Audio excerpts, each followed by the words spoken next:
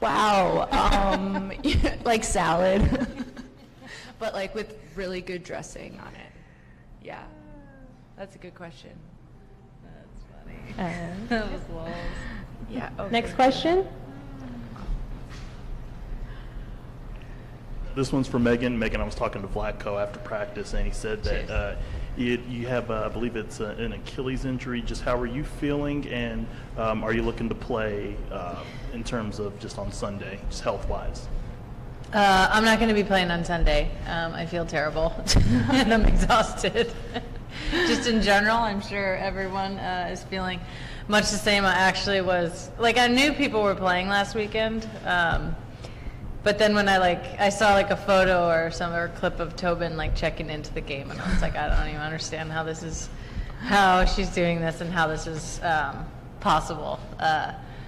Yeah, obviously I had a little bit more extended run than the rest of the team, but yeah, still feeling a little bit from the tournament and from the final game, and then just in general, mentally and just emotionally and all of that, just not even ready to focus on anything right now. So it's probably best for everyone that I take a little time. I'll obviously be here, smiling, kissing babies and stuff. But yeah, looking forward to the match. I think it should be just such a great atmosphere. Obviously, I think it's close to a sellout. Should be a beautiful day, and for everyone to get to welcome back all the players, not just us, obviously, all the players that played in the World Cup and spent so much time. Getting ready to perform on the world's biggest stage, and what that means for a player. It should be a pretty special day. Maggie Benoni, Seattle Times. This is for both of you guys, but how do you take the hype around the World Cup and the conversations, and how do you move that forward? How do you continue the positive conversation, if not just soccer, but women's athletics?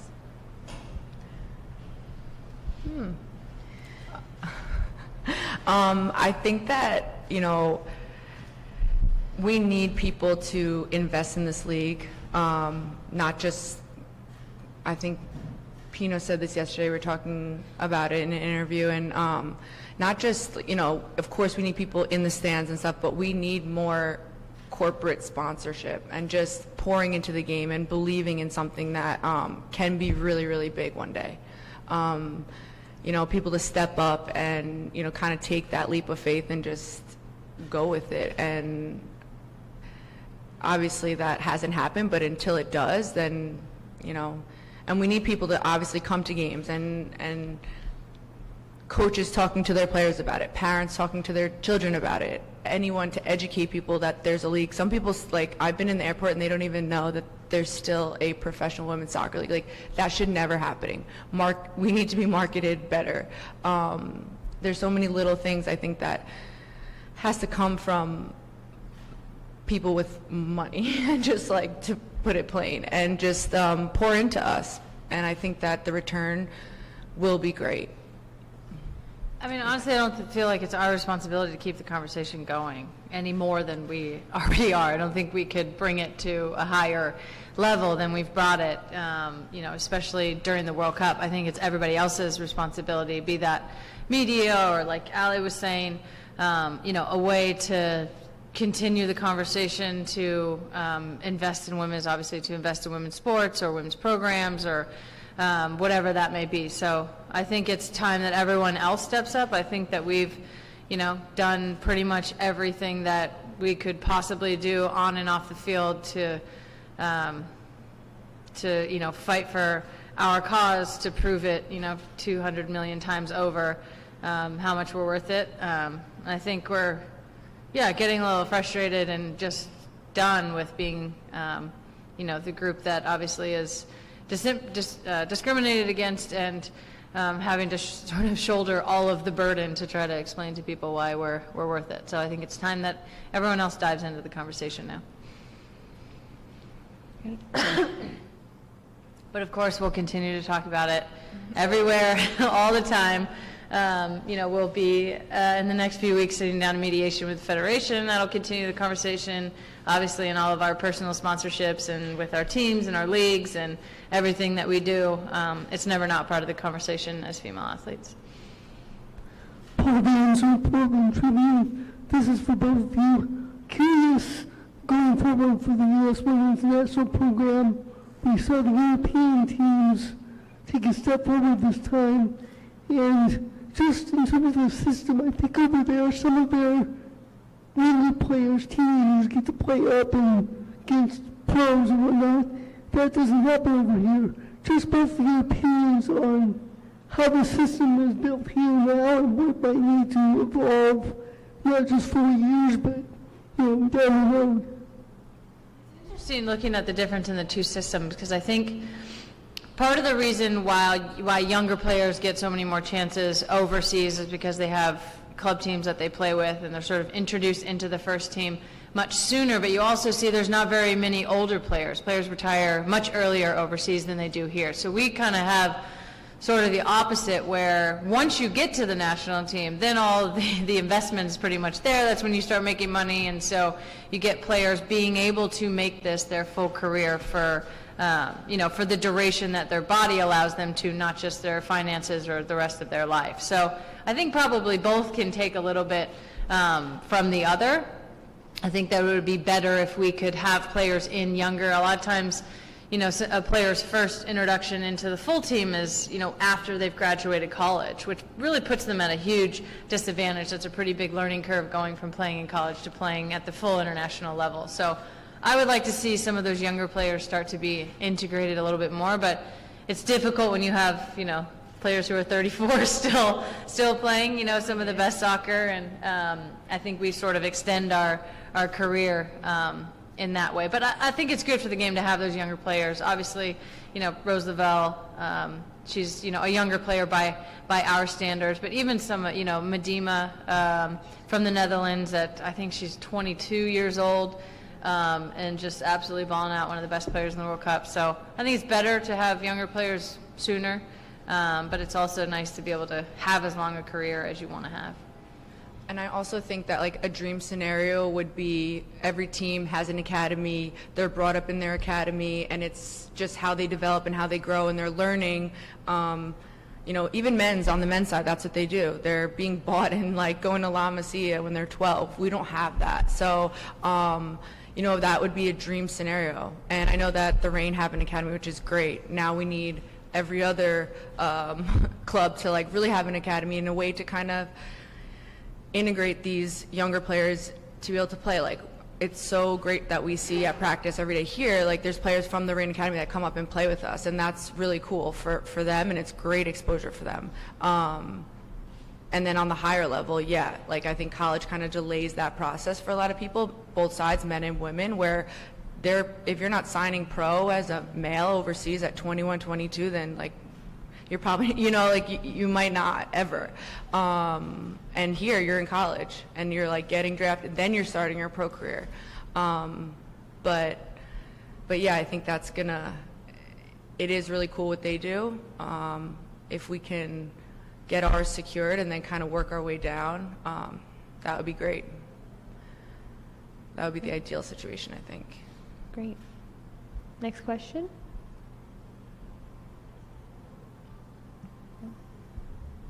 For both of you, Ashlyn Harris, she turned to the team photographer. So just the celebration for you guys. It seems like you see teams celebrating all the time. They win championships and whatnot, but your guys was more polarizing. Just how funny did you guys find that when people were like, "Oh, they shouldn't be celebrating too much"? Yeah, it's only polarizing because we're women. Period. That's how I feel about it.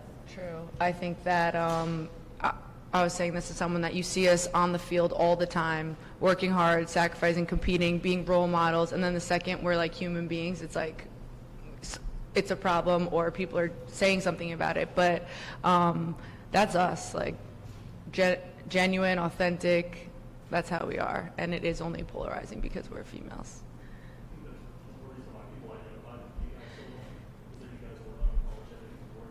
Yeah, I do. Yeah, I think so. I think that this team, as women, as female athletes, just takes up space the way that no other female athlete or team really does, with the exception of very few female athletes. You think of Serena Williams, and she's always accused of being, too much or too many antics or this or that, or just kind of big personalities like that. I think we're just unapologetic in the way that we want to be, but I think we also know exactly who we are, and we know exactly how good we are and where we are in standing. We just won the World Championship, so we're going to take up, we'll be taking up all the space. So, I found that just ridiculous. Let us live. Yeah, let us live. King TV. I was wondering, how have you guys been able to handle what's been going on around you? I mean, I know you're kind of like in the center of a hurricane with everything else going around you, with the crowds and the people and everything. How have you guys been able to handle that and take what's been going on a little like over in Europe and here in the U.S. about the way that y'all have acted kind of off the field? I know it's been blown out of proportion, but how have you been able to handle that? I think for us, it's two things. I think that we're used to a lot of media attention all the time, so we are quite practiced at it, certainly far more than any other team in the World Cup. So we always kind of have that.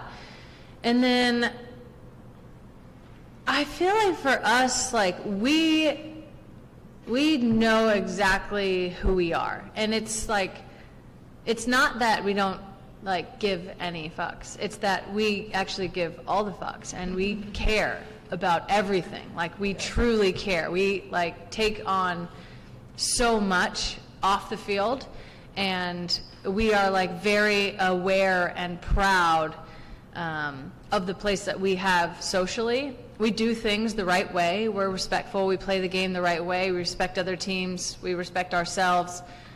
We respect the game, and I think we truly do things the right way. So when criticism comes about celebrations or this or that or whatever it may be on the field and off, we're just unfazed by it because we know that it's sort of just noise. I think that we know exactly who we are as people and as a team, and we're comfortable with the space that we are. And it almost feels like that, no matter what we do, someone's going to say something. People don't want to watch women's soccer. They think it's boring. We score 13 goals. They think that, we don't celebrate, right? And all of a sudden celebrations happen and people are saying that was disrespectful. So it's we're so unfazed is a perfect way to put it. And it's like whatever we do, someone's going to say something anyway. So you might as well just be true to who you are. They're going to talk. You just have to ignore it. And that's just how we are, I think. Greg from Pierce County TV. I have a question. Do either of you have a comment on the new stadium that's proposed to be built here in Tacoma for the teams? Yeah, we actually just had a little update on it yesterday. Looked at all the specs and stuff like that. Seems like it's going to be a pretty amazing project. Obviously, to have a soccer-specific stadium is always the goal, and it seems like the greater plan around the stadium to really make its home in Tacoma something very special is very exciting, I think, for both of us. My hope is that it'll be grass, of course, in order to be considered a premier soccer-specific stadium.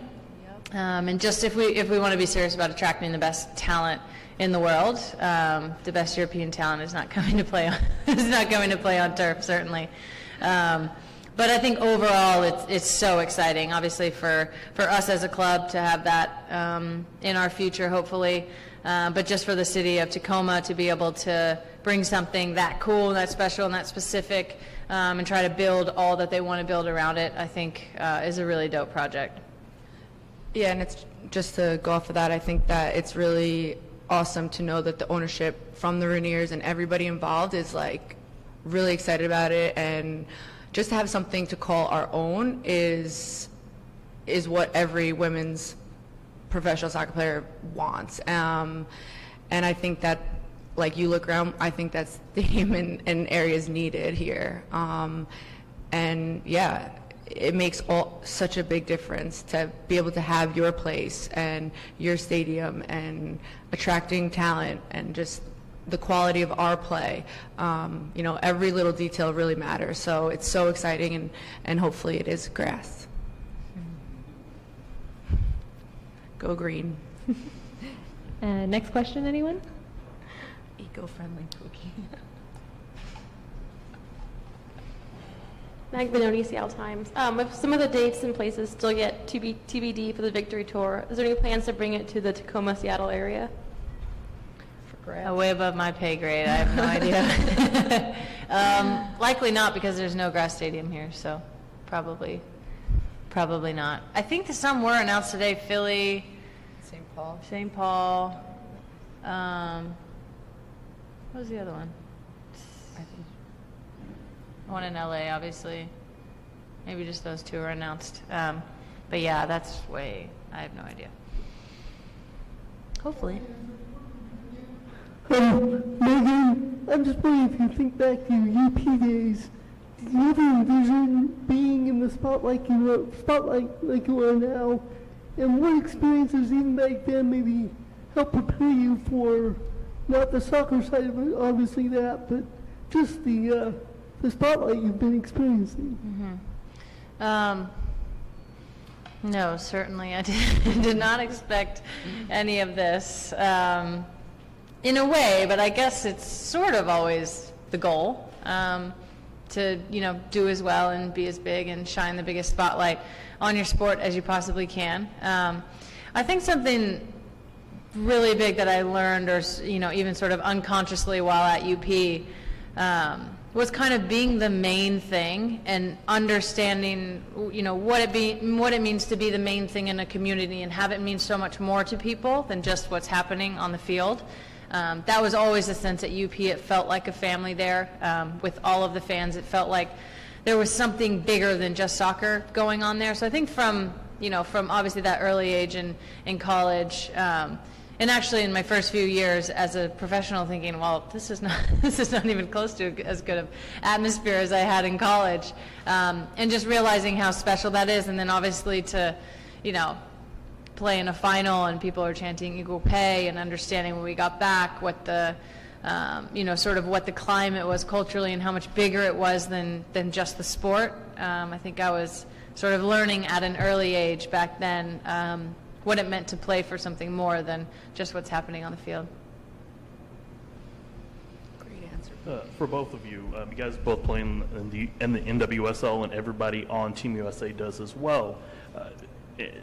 I wonder, is it different when you win? You won the World Cup in 2015, but is it different when you see those teammates that you won it with? Do you look at them differently because it's like we're going to be linked, together forever in history? Do you guys have that different sense of when you see, a competitor, whether it's Utah or North Carolina? Mm-hmm.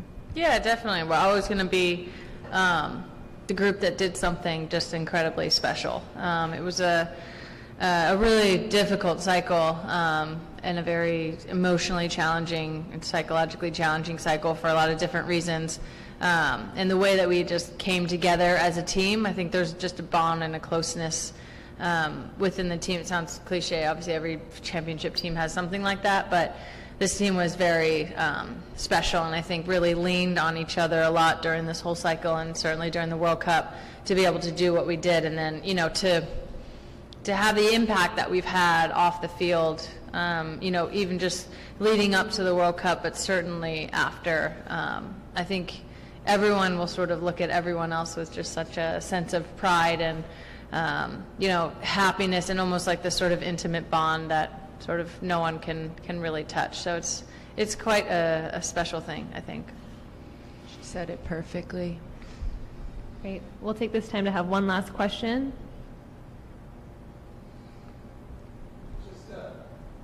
I was looking ahead a year from now, but a year from now is the Olympics in Tokyo.